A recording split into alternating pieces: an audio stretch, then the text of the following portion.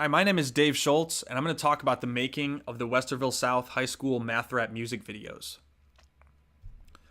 A little bit about me. I'm currently a math teacher and the department chair at Westerville South High School, and Westerville is a suburb located right outside of Columbus, Ohio.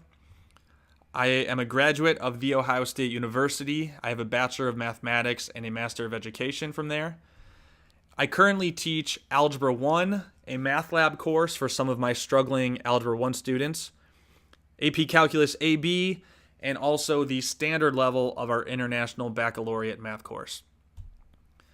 And myself and some other teachers have made a total of 8 math rap music videos, which altogether on YouTube have a total of over 7.5 million views. So how I got started with these math rap educational music videos really started when another teacher about 8 years ago created the song Wildcat State of Mind, which was a parody of Jay-Z and Alicia Keys' Empire State of Mind. And he rewrote the lyrics to talk about the history of our school, our student body, our teachers, and just really create some spirit amongst our students. So when he created this video, I was sort of the tech person, and I helped with the audio recording of this. And I was inspired by that because we got a lot of great feedback from our students and our teachers. They really loved it. As a kid, I was really into the parody songs that would show up at the end of Bill Nye the Science Guy. So I kind of combined the fact that I wanted to create these parody videos and the success we had from this. And from that point, I created the song Teach Me How to Factor. So at the time, Teach Me How to Dougie was a really popular song. I rewrote the lyrics so that it lined up with factoring. Each verse had a specific meaning about it. And I showed this to my students. I created it with another teacher. We filmed it in school. And when I showed it to my classes, I really didn't have an intention of putting it on YouTube, but they really persuaded me to do that. I put it up one evening. The next morning I came into school and we had about 5,000 hits already. So I really felt like at this point, I was connecting with the students in a way that I really hadn't before. So we were encouraged to do a few more videos after this one. So how we go about doing these videos is, in my opinion, it really starts off with finding the right song. As I said, Teach Me How to Dougie was really popular at the time, and it had a really catchy chorus, and the math chorus fit right into it. Whether you're teaching history, science, English, whatever you're teaching, if you can find a song that's relatively clean and match up something so the chorus sounds really good, I think you're off to a great start. From there, what we would do once we had the right chorus is we would outline each of the verses for the song and make sure that we paired up math topics so each verse has a special intention about it. So one thing that we found was very important when writing these lyrics, Google Docs kind of seemed to save the day for us. On the left side here, you can see that we have the actual lyrics to the song, and on the right side is what we created. So we can make sure we're lining everything up verse by verse. We have all the right syllables. We try to keep the rhymes as similar as possible. But the big focus that we have here is we want to make sure that each verse does something special in terms of the topic of the song. So this particular song was about exponents, and we have the first verse. We decided, hey, let's talk about the basics of an exponent, the fundamentals of what kids are going to experience when they experience exponents. When we get down to verse 2 over here, another important part of exponents are the exponent properties and the rules. So that's what our second verse was about. And if anyone has ever taught exponents before, you know that negative exponents are probably some of the one of the topics that creates the biggest nightmare for Algebra 1 students. So we devoted this bridge, the singing part of the song, solely to negative exponents, and we made sure that we put a good visual in there when we created the video, so hopefully students can make some connection on how to work with negative exponents. We would then write the lyrics all out completely, and we would then find an instrumental music version through iTunes or YouTube. And then at that point, once you find that, you can begin recording the audio in something such as GarageBand.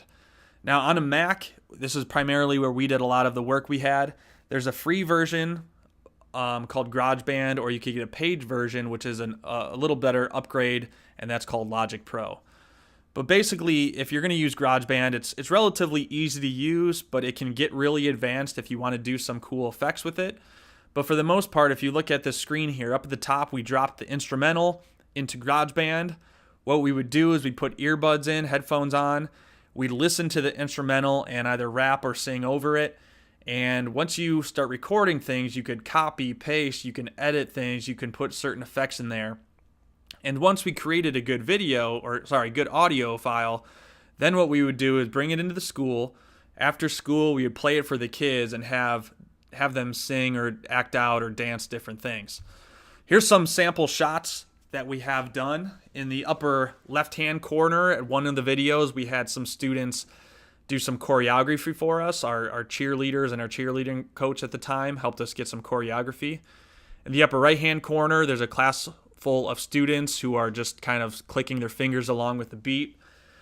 In the lower right-hand corner, we have a teacher and a student interacting with each other.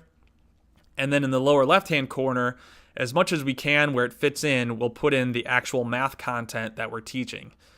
Now, I think we try to look for a wide variety of shots that we want. We want these videos to be fun and engaging, but we also want them to teach math content. So I think finding the right balance of, students in crowds or choreography or one-on-one or dances or math is kind of a nice balance that you'll have to work with and find what's best for you. But I think having a good variety makes the videos a little more fun and engaging when students watch them. Once we would record the video, we would then drop it into a program such as iMovie or Final Cut Pro. These are both Mac programs. iMovie is the free version. Final Cut Pro is the fancier paid version, which has a lot of cool effects that you can get. And really, again, just like GarageBand, these programs are fairly easy to start off with. And then if you want to add a lot of the cool effects in there, the learning curve is a little steeper, but there's a lot of neat things that you can do. So altogether, all the tools that we would use when we created these videos, I would definitely recommend getting a decent microphone. We would use the Snowball microphone.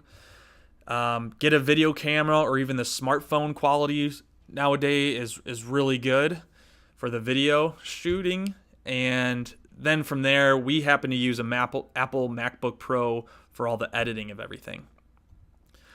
For the software that we used, there's lots of different things that we did to get the math content in there. We use Smart Notebook, Keynote, PowerPoint, Google Slides. And then if you have a Mac, you can use QuickTime, or there's other websites or other free programs that you can use to capture your screen and essentially turn your screen into a video so you can incorporate that into the actual video that you're producing. And as I said before, you can use GarageBand, iMovie, Final Cut for everything. Now, there is a really nice program called WeVideo. There's a free version, and then there's a paid version that I'm fortunate enough to have our district in Westerville. We have a paid version that we can use. But what's really neat about this is students can do the video software editing on a Chromebook. This program's all web-based. As I said, it's called WeVideo, and it's fairly easy to use, and it's a great way to get students involved. Altogether, the videos that we've created, we have a total of 8 now, and they teach a lot of topics from algebra through geometry. And most recently, the most recent song we have is called Bound to Bound, and that talks about integrals and integration strategies in calculus. And if you want to stay updated with us, you can check out Twitter and Facebook at WSHS Math. One neat thing that YouTube does have, you can put closed captions into your songs. Now, it takes a little bit of time to actually get all the closed captions in there, but I really find that helpful for students who are trying to learn the words as they go along so they can turn the closed captions on or off. But at the very least, if you are going to create a video of any sort, I really think it's important to put the lyrics up so students can, follow along and learn from them that way. So I know there's a lot that I ran through, but hopefully some of this information will give you a starting point if you're looking at all to get involved with this with yourself or for your students. If you want to check out our latest video, Bound to Bound, and learn some calculus, you can check out this video here. But please let me know if you have any questions, and would need any help getting any guidance on how to go about starting music videos and what they do for the students.